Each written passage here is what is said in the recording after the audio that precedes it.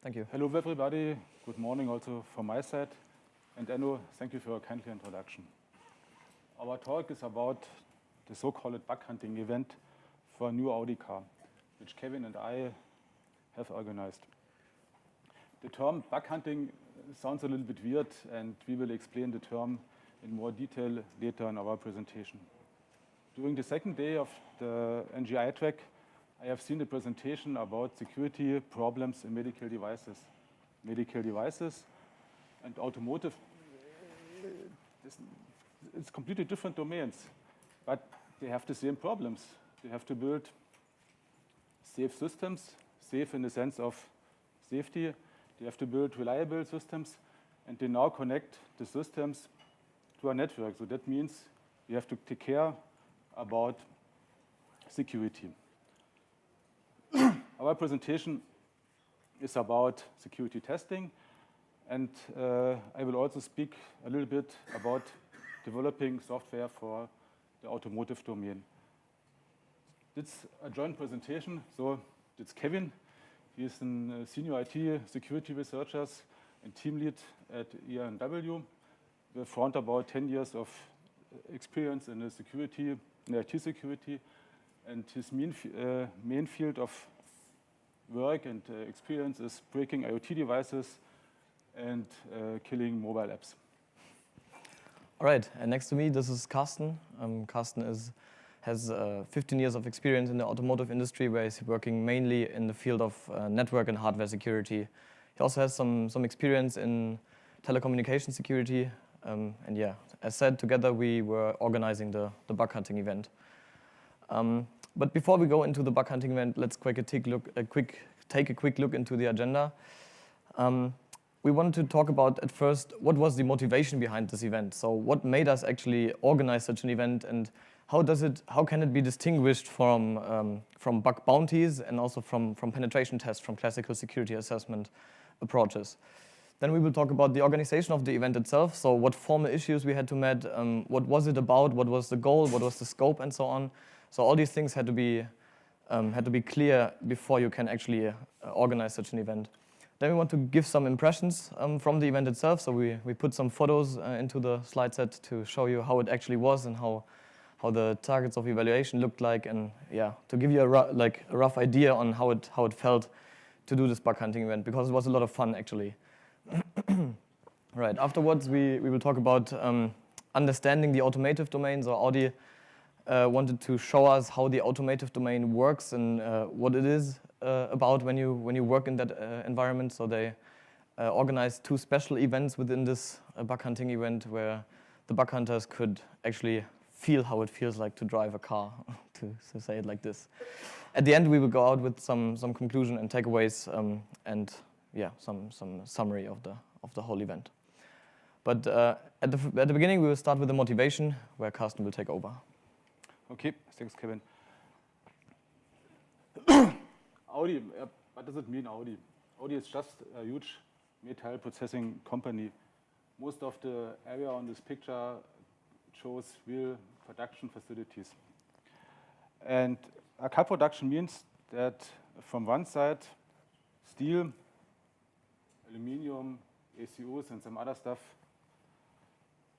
feeding into the system, then the robots together with the factory workers perform some magic, and afterwards nice cars leaving the factory.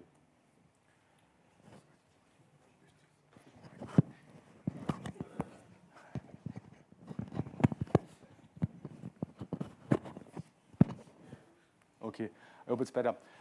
By the way, if somebody visits Ingolstadt, please take time and visit the production facility. It's really amazing to watch the robots doing some fancy movements to build a car. So let's focus on the right side, the cars, and start with a short travel back in time. About 25 years ago, a car looks like this. Maybe 2 or 3 ECUs and a radio transceiver. And the engine control reported problems with some blinking lights. 10 years ago, the cars were equipped with different internal networks: CAN, LIN, MOST, FlexRay, an infotainment system, and also some basic driver assistant functions. Now the view into our top-of-the-range car looks like the navigation bridge of Spaceship Enterprise. Lots of displays, even touchable. Lots of driver assistant functions. And the internal network nowadays is using Ethernet and IP technology. And also the external connectivity has grown significantly. The last picture shows the new e-tron, the object of the bug hunting event. And the Audi e-tron is the first full electrical car from Audi. And it's important for me to say that it's really fun to drive this car. I really like the silence if you drive, also the power of this car. And just some fancy stuff, if you can see, just the rear view cameras on the side. The first time it's a little bit difficult to get used to this kind of mirrors, but after around about 100 kilometers, it's easy. Long story short, the car is now the ultimate embedded device. Some call it IoT device or computer center on wheels. Some other called it an extension to the mobile phone. However, the main difference between a mobile phone and a car is that such a car is around about 1 to 2 tons, is able to drive with 200 kilometers per hour with 4 people or 5 people inside. The people inside and some other people may get killed in an accident. So we are really sensitive and nervous about security and security bugs. The development of new automotive features requires more software inside the car. So please, let's have a short side discussion concerning software in general and particular. Audi is just an old company with a huge experience in building nice and fancy cars, powerful engines, and all the other stuff. But we are not a software company. However, software now defines the unique selling points of new cars. In the last years, we have learned a lot about software development, software testing, and all the other stuff. But we need to learn more about software security and embedded security. Nevertheless, a one-to-one takeover from the classical IT world will not work.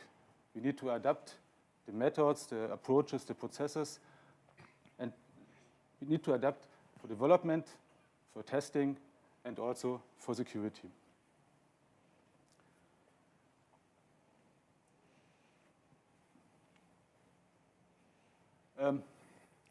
I think everyone knows such pictures. It shows the amount of software for different projects. And interestingly, I found this 100 million lines of code for a modern car. 100 lines of code, it sounds quite a lot, and it sounds like a huge complexity inside the software. And also, please keep in mind that this amount of software, 100 million lines of code, must be written somehow and from somebody. 100 million lines of code, it sounds really complex to me. And I found 2 sentences from Snyder. Complexity is the enemy of security. As systems get more complex, they get less secure. And I think for you, it's obvious, but for Audi, it's a little bit different. And we have to understand these 2 sentences. First, a system is only as secure as its weakest link. Okay, again, it's obvious for you, but not for Audi. A bug is hard to find. The problem is that normally we have a fixed date. Let's call it start of production, SOP, and all the process organized around this start of production. So that means we need to match this date. And as a result, the developers typically don't have time, but attackers have more time than developers. So it's easier to find bugs on the attacker side. And the last thing is, okay, if somebody found an entry point, then this entry point can be exploited. So, and take it other way around. From the design perspective, in order to build secure cars and secure systems, it's important that we design security into the systems from the beginning on. And it's also important to use hardware support for keeping the required keys secure and also to perform the required cryptographic operations. These pictures show the external connectivity. Because we have an electrical car, we need excuse me, a connection to the charging infrastructure is required.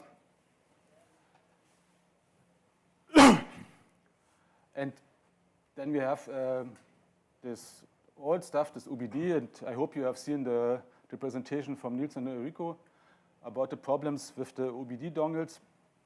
We have connectivity to the mobile network. So, and all these connections needs to be checked or firewalled. And by the way, for the participants from the Stuttgart or Munich area, of course, we will be able to talk via car-to-car also to UCars, also from Stuttgart and from Munich. Okay, I mentioned that the car is the extension to the mobile phone. But Carsten, what the hell is this thing on the right side here? Kevin, you know it. It's just a braking system. You need this braking system to stop your car and to keep your car on track on slippery road conditions. So it's quite important that this system works as expected. I mentioned that the car is the extension to the mobile phone, and we internally discussed the connection of such consumer devices into the car system quite often. And I understand there's some valid use cases about having such systems in the car, but the use case, Alexa, brake now, completely doesn't make sense. So that means we need to separate the core driving functionality from the consumer domain. And that's our task as the security people at the OEM at Audi.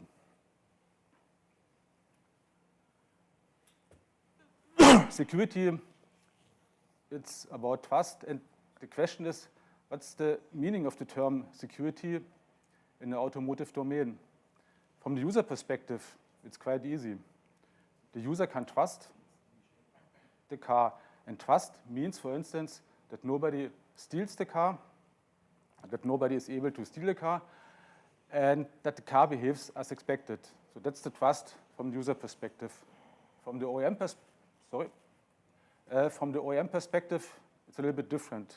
Automotive security is just a feature among others, which are required in order to able to sell cars. But without automotive security in place, an OEM will not be able to sell any car. And that means we need to build trust or security in an economic manner. Sorry. In reality, we can see a race between the engineers and the attackers. On this slide, you can see the different car keys. That's from the beginning, just a mechanical key, then this remote key fob, and it's from another company. It's just the keyless entry system. And these slides show some possibilities how to bypass the closing mechanism. For old cars, only a wire, just a simple wire was required in order to open the door. You need some dexterity in your hands and some training, but after this training, you will be able to open all cars in less than 5 minutes.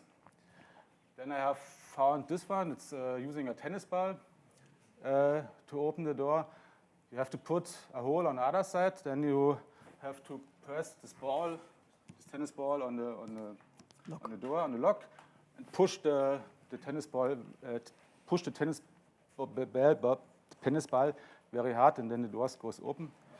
And the last picture shows some hardware in order to play with the keyless entry system. And of course, the race goes on. Just putting stuff together, that's the rough development process. We have a concept phase. Concept phase means collecting all the different requirements. Then we have the development phase and the customer usage phase. And at the starting point, if the development starts, we perform some kind of security risk analysis. So that means we're checking the different function requirements, thinking about what is needed for a future car, and then we design and decide which security is required for this specific new car. And during the development, of course, we perform some kind of penetration test for ECUs and for functions. And we have also some kind of monitoring and testing during the customer usage phase in place. So that means we get informed if there are some kind of security problems on the customer side. But there's some special point in this development. It's a time between. It's a time around about 2 months to 6 months from the start of production days. And that means during this 6 months, the car is complete. All the different ECUs integrated into the system. All the databases are in place, all the software is ready. So, and we need some kind of penetration test for the complete car. So, and this part is, to some extent, is missing. So putting it all together about the automotive domain and about Audi. Just Audi is undergoing a transformation from a mechanical company to a software company. And to be honest, it's not that easy. Automotive software is more complex than typically expected. You please remember this 100 million lines of code. Of course, we need to protect the cars against the bad guys, against the attackers. And for this, some security knowledge is needed, is required. And this is just a problem. It's not that easy to find security experts in the automotive domain. We have some knowledge about software development, but not knowledge about security. So, Kevin, please, can you help me somehow? How? Maybe. So yeah, the idea was at the beginning when we struggled with this problem, or when basically Carsten asked us to organize something. He said, yeah, we have the penetration test on the one hand side, so we perform pen tests on ECUs, we perform pen tests on parts of the cars, but as always, there's never enough time, and so we sat together and were thinking about something new. Because on the one hand side, you have, as said, the pen tests. On the other hand side, you would have public bug bounties. And we wanted to do something in between of these two, because both do not fit from our target perspective. So how did the organization of such an event start? Or how does the organization start?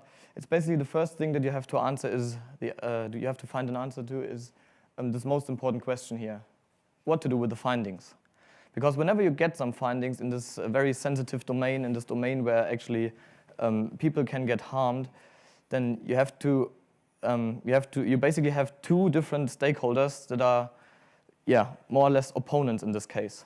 So the one is the legal department. Big companies have big legal departments, and big legal departments have big requirements when it comes to contracts and when it comes to fixing stuff, fixing formal sentences and so on. And the other side is, of course, the security community, us as the security researchers who want to make things public, who want to talk about things, who want to share the experiences and the technologies and, of course, the methodologies in order to spread the word and make the world a safer place. So what we thought about then is, I mean, we talked to the legal department, and it took basically 1 whole year until the all the contracts were in a way that we actually could start with planning the event. So it took a long time, but at the end we found a good solution, we found a good compromise. And the main thing here was that our target, the knowledge transfer, is met. So this bug hunting event should not only be about finding security vulnerabilities, but it should more be about having a knowledge transfer between the Audi engineers, or in general the engineering community, and the security community. And this is the major part here. So it's more about this knowledge transfer. But of course, along with publishing results and methodologies at the end. Please wait, Kevin, please wait. I told you that we are very nervous about publishing security problems and bugs. But other way around, I also understand the idea behind publishing something. In case somebody would like to do something, ask us, and maybe we can find a way. All right, sounds like a compromise. So the idea was then, we set up something like a private bug bounty, let's call it like this. But of course, the term bug bounty is sometimes, has a negative connotation. So we thought about this new term, bug hunting, which actually is more or less a private bug bounty. So the idea is that the main target is, as said, the knowledge transfer. And of course, we will meet all the legal requirements. We will meet within contracts all the things that we have to do from a legal perspective. But on the other hand side, we are also allowed, or the researchers are also allowed, to talk about what they did afterwards. So this was the main idea behind this whole thing. So then when we had this legal stuff in place, we could basically start with the organization of the event. So what did we have to do at first? Of course, get all the other legal requirements, because this is one thing with the disclosure of findings is not the only thing that legal wanted to discuss. There were several others. So we had to get and meet all these legal requirements, and we had to fix that within contracts. But at some point this was done, so we could set up a bug hunting policy. The bug hunting policy is a document which all the bug hunters get at the beginning of the event, in which all the necessary information is given in order to know what to do. So for example, we had a definition of goals, which, as I already said, is the main goal was the knowledge transfer, but there's also the goal of course, finding some security issues. Then we had to define how to submit the bugs. So we implemented basically just an inbox besides the Audi mail server, with a PGP a public key, so the bug hunters that were working in this garage could just send in their findings in an encrypted way, so no one else could spoof on that, could take a look on that. Right. Then we had to define how to deal with third-party bugs, because as you saw the picture of Carsten that he showed before, a car can be quite complex. So there's a lot of different ECUs in place, and these ECUs are not only from Audi, of course. They're like third-party vendors, third-party suppliers that build this stuff, and they have also the intellectual property of the software that is running on these ECUs. So they will not like that people talk about these things, of course. So we had, of course, to define how to handle third-party bugs. Of course, then the definition of a scope, the definition of out-of-scope items has to be explicitly done. I will talk about this in a second, as well as worst-case scenarios, and of course the findings categories, and the rewards, of course, at the end. Because the idea was, same as with the bug bounty event, the idea is that you reward the people on basis of the findings that they hand in. All right? So at first, we had to define also a mode. As already said, a penetration test, usually for such a big environment, for such a complex environment, takes a long time. So it's nothing that you can easily do within a short amount of time. So you need like probably half a year, 1 year or something like that, which is not feasible in terms of a bug hunting event, because as said, there is always the risk for the bug hunter who participates that if he doesn't find something or if she doesn't find something, he or she will not get any reward. And that's, of course, a disadvantage from a researcher perspective. So we said to get the complexity, to be actually able to perform some assessments, some analysis, you need definitely more than 1 week. But yeah, that just the researchers will come to us and will participate. We cannot make it too long. So we decided to do it for 2 weeks, which was, I think, from my perspective, a very good compromise. Because in 2 weeks, you can at least dig into some systems when you have already some experience in these systems and can, of course, do a security assessment on a basic level. Right, then when we said we want to have one huge garage in which all the targets of your evaluation are. So we said, of course, might make sense to have multiple of these, because if you have just one car and there's like a crowd of bug hunters, the parallelization does not work properly. So we said there should be at least 2 vehicles, and next to some test racks where parts of where a subset of the ECUs that are built within the car can be tested next to using the car. Right, we said we make it at first invite only to see how it will work and to not have the issue that, as with the public bug bounty program, that some people do something and they never talk about it. I mean, this is the risk for a public bug bounty. You will never have a knowledge transfer, right? Because the bug hunters, they are sitting at home, they are performing those tests. Maybe they get something, but they will probably not talk about the methodology, and they will not spread the word, at least not in a controlled way. So the idea was that these 10 to 20 bug hunters can cooperate. They are in the same environment for these 2 weeks, and they can assess the car as they want, basically. But the idea is also to talk about it, to like share the knowledge, to share the experience, to share the methodologies with all the other bug hunters in order to come forward as a whole. Can I just add something? Of course. It's also, if we have all the bug hunters in one place, it's also a possibility, so that we have the possibility to see the bug hunters at work, so that we can understand how bug hunters performing something. So that was also the idea behind this putting all together in one place. Right.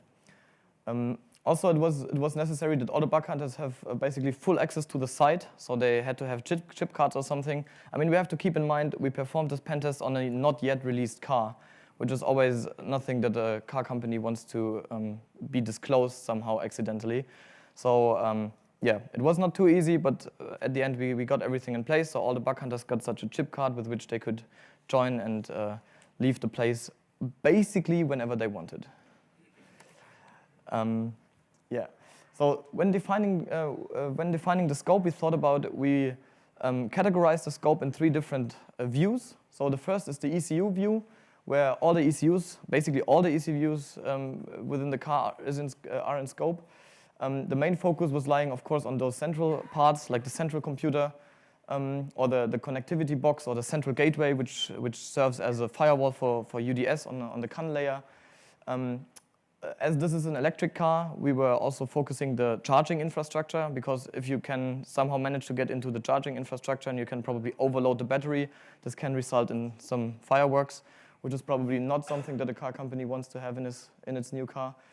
The central driving assistance ECU, all these like safety and security related things were in the main scope of this ECU view. Next to this, we had the network view, which mainly focuses on the IPv6-based VLAN architecture of an Audi. This is a very interesting thing that we saw actually IPv6 in this car used within, like as said, a VLAN architecture, in which even the smallest ECU that have to have this IP connectivity have an IPv6 address. And next to this, the external incoming connections view was very important. So all the data streams that come from the outer world into the car were in scope. So not just the CON box, which uses IP connectivity, but also like all the telco interfaces. There are several SIM cards built within car systems, and of course GPS, radio, DAB+. I mean, we saw those attacks in the past already. So of course these things were in scope too. So having that scope defined, of course, there are a lot of functionalities within the car that have something to do with these things, but they also involve the backend. And the backend was completely out of scope in this case. So the idea was really to focus only on the car to see what can be done here. Right. Then we had to define some worst case scenarios. I mean, along with the highest rewards, if you would have reached, if one of the bug hunters would have reached one of these worst case scenarios, which were not reached, I can say this already, then of course the full amount would have been paid out in this case. Worst case scenario are like the remote control of a car. If you can remotely control a car, you can imagine that can result in problems. Of course, also the battery overload when we talk about electric rechargeable cars, that can also be a problem because the battery is quite massive and has quite some like chemical substances that can react in a not so nice way. Then there's this function on demand feature activation. I mean, some of you might know that on newer cars you can meanwhile buy new features after you actually bought the car. So 1 year later you think about, oh, it would be nice to have this matrix lights in front. So you can actually just go to the in-car shop, or you can take a look at the shop within your mobile app, and you can activate this feature by buying it afterwards. If you can manage, from a hacker's perspective, if you can manage to activate such a feature without paying something, this can result in financial loss for the car company, which is not what they want. So this is, of course, something that would also be a worst-case scenario in this case, because function on demand is something where I think I can say all the car manufacturers are really having an eye on at the moment, because it's something that, yeah, will be more present in the next few months / years. And then, of course, the privacy issue. I mean, when you can extract user data from the car, that is always a problem. So this would also be some kind of worst-case scenario. Right, talking about the rewards. One of the most important things, of course, also from a bug hunter's perspective, are the rewards. So what we defined was we set up a jury. A jury was consisting of members of both parties, so from ENW's side and from Audi's side, but not the people that were actually doing the bug hunting, of course. So there was, of course, like some independence in between. And we defined findings categories ranging from 500 up to 15,000 euro per finding, which you could get as a maximum. But if you hit a worst case scenario with your finding, then this price could have been doubled. So 30,000 for one finding would have been the maximum, which was not reached, of course. But yeah, this how much it at the end was based on the jury. So they were deciding on basis of the impact of the respective finding, on the likelihood, how likely is it that something like this gets exploited, and what do you have to do in order to make it happen, and of course the attack path. So do you have to exploit other vulnerabilities in order to actually exploit this very vulnerability, which you want to get rewarded for? So yeah, as said, these are the main things. The jury was, I think we had 3 or 4 meetings in between this whole, three meetings in between this whole event, where we sat together and talked about these findings and talked about how the rewards will look like. And yeah, we will talk about later on the results and what actually we paid out. The highest rewards were defined to be for buffer overflow vulnerabilities next to authentication bypasses, because this is something that, as said, car manufacturers don't want when you just get into the car, drive away, and no one knows. It's not a good thing. And of course, vertical privilege escalation, when you can escalate your privileges quickly, because it's sometimes easy, more or less easy to get on some device, but it's not so easy to actually do something that really brings you further from a bad boy's perspective, from a hacker's perspective. Right, regarding the bug hunters, how did this work? We basically wrote emails to 25 internationally known people from the IT security community. Of course, some people of the Troopers family were invited. Some are even in the room here. I've already seen them. So some people were invited, as said. Some did not want to attend due to financial or even moral reasons, because some people say, hey, I don't want to participate in something that is like a bug bounty. And this is fully legitimate. I would not say that this is something wrong, because, I mean, that's a special kind of event. That's not a penetration test. That's something different. So it's completely legitimate to say, hey, I don't want to do this. But the good thing was, at the end, we found 15 bug hunters that were really like having fun and that really wanted to break something at this point, and they really also wanted to learn something and they wanted to share their knowledge. And this was, as said, our main objective, so that was already met at that point. So far from the organizational perspective, that was basically it from this side. So let's talk about some impressions and the outcome of the event now. So how did this event take place? At first we had to set up a schedule. It was happening in October last year, as said. So we were starting with an introduction workshop where all the engineers told us how things look like and like how the targets of evaluation looked like, how the cars looked like, what interfaces are present, and how can we actually start with the assessment. That was the main thing, to get an entry, basically, an entry point. So they were telling us not to touch the yellow cables. Right. Next to this, they gave us security, or they gave the bug hunters especially some safety instructions. Don't touch the yellow cables within the car engine's motor block because, you can probably die from that. It's not a good idea to touch these things in electric cars. Then the whole 2 weeks, basically, I could have tried bug hunting everywhere because bug hunting was, of course, the main time. But organized 2 special events to, as said, understand the automotive domain a little bit better. And in between, there were several workshops planned, especially at the end of the first week at the 12th and then at the end of the second week at the 19th, where the bug hunters explained what they actually found and how they found it, as said, for the knowledge transfer, for the exchange of information. The main working times, as already said, initially was planned that the bug hunters can come and go when they want. But this doesn't necessarily work in, at first, Germany, and at second, at a German big, huge company. So the main working times were like this. We started, or the bug hunters mainly started at 11:30 until 1, something around this. And it went up to 12 or 2 in the night. So this was like, I would say, quite normal working hours for bug hunters. But not for Audi engineers, so that's right. a bit was the problem. And but in principle, it's not that difficult to change working shifts. There are some laws, and they say, okay, you can work 10 hours per day maximum, and you have a break of at least 11 hours. So that means I also leave this garage at 1 o'clock in the morning. So it's possible, and it's completely legal. Right. Smiley. As said, the most findings were, of course, gained at the night shift. I mean, as we know, this is probably the time when we are most effective and when the bug hunters are especially most efficient. So now comes some impressions from the event itself. So maybe some people will be able to recognize some people on this picture, but I tried my best to make it anonymous. So this was basically the introduction workshop where we got explained that yellow cables are bad, and where we got explained like how some ECU works and how the entry points of the car work. So it was a very, very cool atmosphere. It was like everyone was very, let's say, hooked by the idea of now finding some very cool vulnerabilities and to get in touch with like some car that is even not yet released. Then some pictures from our targets of evaluation. So we had 2 Audi e-tron cars, as you can see here. One had some like more older feature set. As you can see, the side mirrors over there are still the old ones.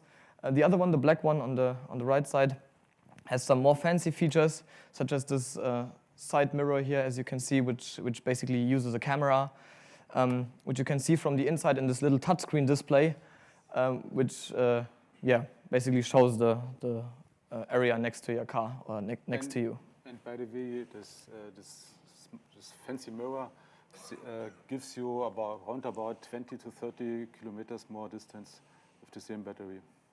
Yeah, because less wind resistance, or better wind, no, less wind resistance.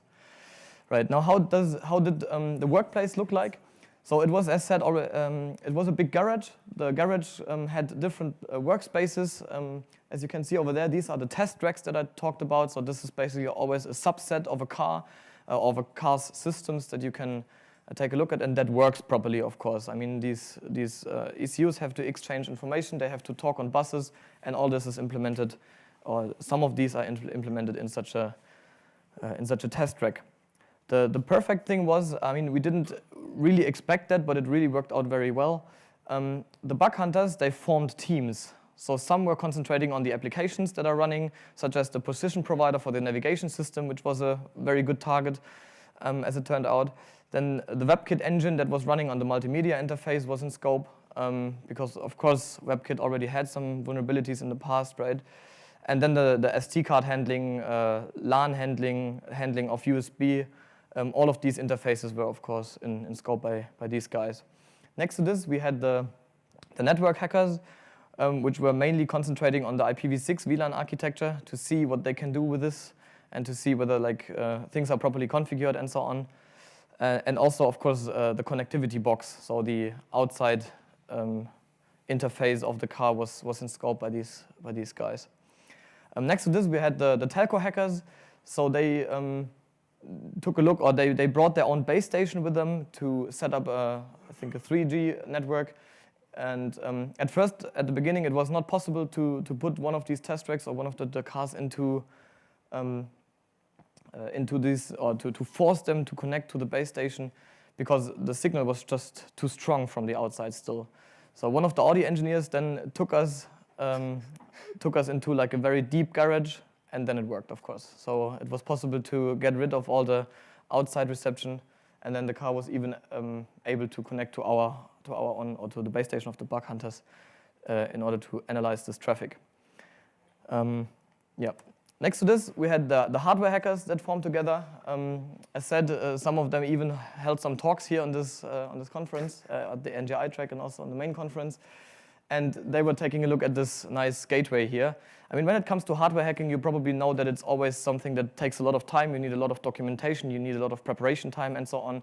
In this case, the main focus lied on this central gateway because, of course, there's a lot of interfaces and there's a lot of possibilities to find something. So as you can see, they basically fully assessed this thing, and this was also one of the points where several issues came out, to say it like this. Right. That was basically the formation of the people, the grouping of the people. Of course, we also had some lunch sometimes. We had some food in between. So at the beginning, actually, we wanted that Audi does the catering, or we defined that in the contracts like this. But after having the fourth time chili con carne, it was a very good chili con carne though. But after having this the fourth time, we decided to not go with this solution anymore, and to rather, order food on a daily basis, as basically the people wanted. So the catering was basically done manually. Which was also quite fun. You have to mention the problem with the mate. The mate problem? Yeah, we of course had always a lack of mate. I mean, we were having I think 6 or 7 boxes for 25 people, all in all, or for now 20 people all in all, but it didn't fit. So we had to get always new stuff. Yeah, and after 1 week, it was quite difficult to find a shop in Ingolstadt with some mate. Yeah, because we basically bought everything. Seems as if the people in Ingolstadt don't drink that too much. Right. Throughout the whole event, there were always workshops given by Audi engineers. So at least some of them gave a workshop about their respective field of work. So some told the bug hunters how basically the IP network works, how the VLAN architecture looks like, so which VLAN tag or which device is in which VLAN and which has which VLAN tag and so on. So we were given some insights into actually how these things work and how the ECUs work together. On the other hand side, of course, there were several workshops where the bug hunters just explained how they found their findings, how they made it possible to get into some specific system, or even how they exploited some vulnerabilities within these navigation system, position provider or something like that. So as said, the main target, information transfer or knowledge transfer, was given by at least by these workshops, but also the people talked to each other the whole time. So there was a huge, massive exchange of information all the time throughout the whole 2 weeks. So this was from my perspective as an organizer, a very perfect thing. Yep. And I also learned during these 2 weeks quite a lot. So it was really fun also for me. Okay, you mentioned it's important to understand the automotive domain. And we have hosted 15 security researchers around the world, some of them with limited driving experience. And our task as an OEM, behind making the car more secure, was to give the researchers the possibility to understand the automotive domain, also in the corner cases of driving physics. So we organized a driving event in Neuburg, and security researchers get the possibility to test an R8. And also for me, it was quite a new experience to drive an R8 on a racetrack. And what's your opinion? Yeah, it was quite nice. Worked out very well, you know. Great thing of technology. And then the other stuff, it's just the SUV, the Q7. This car is normally used by parents to drive their kids to school. But with I know it, but with a Q7 you can survive in a desert. I have a colleague which has driven the Q7 in a desert. But corner cases of driving physics, the Q7 is handled such driving situations and even more. And there was a complete track for this Q7, and it really was, it's fun. It was fun. Okay, just some conclusions and some takeaways. 32, it's a well-known number. And fancy enough, at the end, we received 32 findings in our list after the event. Kevin and I, we were really surprised, but we have taken this as a sign of good karma, whatever, for this event. 32 findings. I have put this on the slide, a little bit anonymized. Half of the findings the security researchers found in the infotainment system, some kind of configuration problems. We had found some address randomization problem in the operating system. It's already fixed, but you ask me, the operating system was QNX.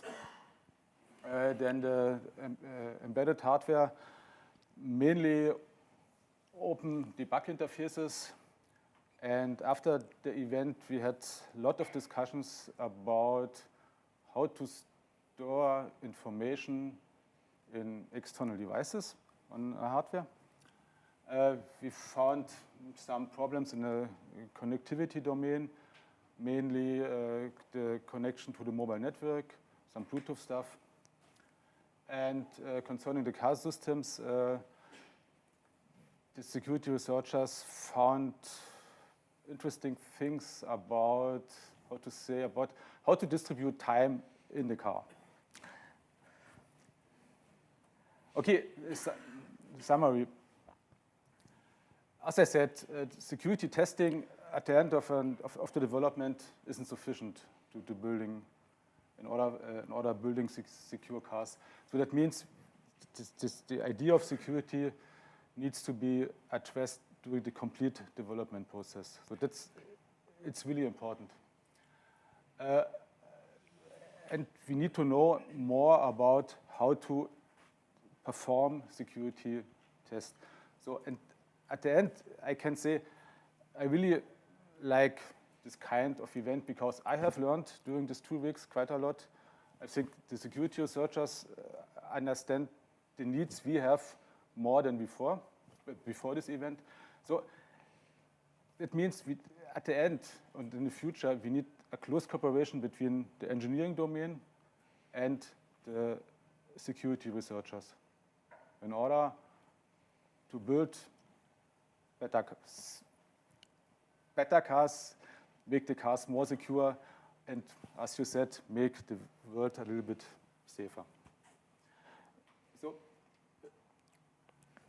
again, I would like to say thanks to all the security researchers, and I also would like to say thanks to Kevin for helping to organize this really nice event.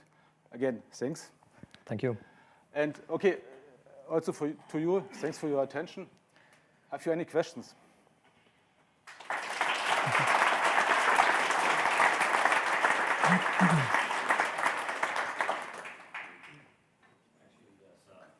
Quite a number of questions. Do you need a mic?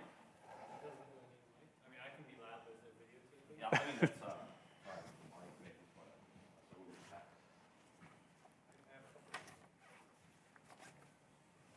Is it on?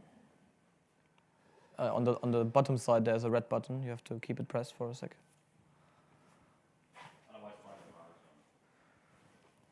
mean, should block just for the recording. Hello? There we go. I have a couple questions about distribution of findings. One of them is, how many of them, if you can say, were attributable to Audi, products, and how many were from your tier ones or from your sort of, upstream suppliers? Roughly. Or you're not, I mean, if you're not. It's an interesting question, and it's not that easy to answer. In principle, we have to speak about an Audi car. And the idea of testing an Audi car is to test the security measures of an Audi car. So, and that's the idea behind this testing the complete car, to find problems in this area. And of course, the problems are located in some ECUs from the suppliers. So, but again, as I said, the main idea is find problems in an Audi car. Hope this helps something. I re-asked the question slightly. Of your 42 findings, how many of them did you feel like you had to, forward to a vendor? Most of them. Thank you. And then second question is, you talked about the ownership within the systems of the car, but not about money. So does anyone feel comfortable saying, did you award, 80,000 euros total? Or and do you want to say anything? Or you feel comfortable saying how much money you paid out? Or Roughly. It was roughly 40,000, which were paid out. So for all the, it was not, like on average, it was less than 1,000 per finding, but just on average. Thank you. You're welcome. All right, Brian? Yeah, could you just pass it to Oh, someone else first, Sergey. Yeah. Thanks for the talk. I have actually a little bit a related question. So the most components you buy in from third-party vendors, and I'm interested how the disclosure process looks like in between the car company and the third-party vendors, which are maybe not so experienced either for the process, and how do they react, and how is your process? May I begin with answering? Yep. So actually, the cool thing was in the second week there was one guy from one of those like navigation system provider thing, which I was talking about, who was actually hearing in this workshop that his the thing that he is responsible for was quite a good target from a researcher perspective. So he was like a little bit, not angry, but he was like he was fearing actually the end result of this whole thing. So because they had basically nothing in place like that, but he reacted very cooperative. He was like going into direct communication with the researchers that found the findings, and he was directly asking for like mitigating controls, how he can make things better, and how he can also implement further controls within the development process. So this was a very good thing. Even though there was no disclosure process, no real disclosure process in place here, they were very cooperative, at least these ones. But the general answer has to be given by Carsten. Again, the one part of the answer is the same as to the first one. It's more or less, it's testing security features we have defined. And of course, we have to communicate to the suppliers. So, and it, of course, needs time at the end of the day. And it depends on the supplier. Could you give examples? How to say, for instance, the company which is responsible for this gateway was quite cooperative. And the other findings were it's just in the official process. Maybe we can discuss this during lunchtime if you're more interested. Thanks a lot. You're welcome. Any other questions? Okay, there's a guy in the back. Oh, I have two. You were very much into the legal stuff and all that stuff. I'm not so much into the Audi organization. So who is the first common head of your engineering department and the legal department? The first head of the legal and the engineering departments. So The first common one, yeah. the first contact person. You mean in case of security problems? No. You were outlining your discussion with the legal department, and you are from the engineering department, aren't you? Organizationally, where is the first place where the engineering teams and the legal teams have a common Interface. Yeah. Oh. Interesting question, but how to say? It's not, to be honest, it's not that easy to answer because there are different lawyers in the Audi organization and with different responsibilities. So Maybe we quickly describe how we actually did it. So, I mean, of course, it's a big company, but Carsten works there for quite some time. So it was basically we started basically a direct communication with with one of the Audi lawyers. I don't think that there's, like, especially for this case, like bug hunting things are very new to this domain, that there's a specified interface which we contacted. We just contacted someone and were like redirected to the responsible person who was like, in charge of doing things like that. And Okay. So after the year, they were quite cooperative, but it took some time. Yeah, okay. But you were talking with two departments were talking to each other, and the head of these two departments were not present at one time in this 1 year. At least I did not talk to them. Okay, thank you very much. maybe some kind of other answers. This kind of bug hunting event is new to us. So, and to some extent, it's difficult to find the right person inside the organization. So, and I had a lot of discussions with different lawyers, with different people. Maybe it helps to answer to some extent this question. No? Okay, then. Maybe afterwards. I can add an anecdote here. As for the aspect, this is a very new, say, type of activity. Some of you might have noted that at the beginning of the talk, I went to the back of the room and shook the hand of a guy. This is our tax advisor. For them, this was a real nightmare. Like how to handle the payouts going through EMW to different entities, which might be freelancers, which might work for an organization. But in the end of the day, the money didn't come from us. So this caused a lot of headaches for like tax advisors. Hopefully next time, I mean, now in the interim, there is a kind of framework and we have an understanding of the issues. But given this was so new at the time, all types of things had to be found out. Yeah. As well as the legal department. I'm willing to give one more question. Is there any? Okay, here's one. Yeah, you have to decide, two of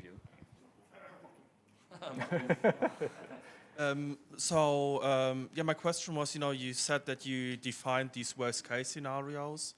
When discussing these, did you actually also take the available amount of time into regard? It's very often stuff like a lot of things in the embedded area and stuff like that simply takes time. So you have many things that might be, a really, really bad situation if somebody's able to find a vulnerability like that within 2 days of buying something, looking at it, and it all dies, even though the impact of the vulnerability itself isn't really that critical. Yeah, So we did. something that you discussed, and of course, it was not something like when we thought about this worst case scenario, it was clear that probably during these 2 weeks, no one will actually hit that once. But if there's a vulnerability that can lead to something like this, then we already thought about like giving the higher amount of money in this case. So it was considered.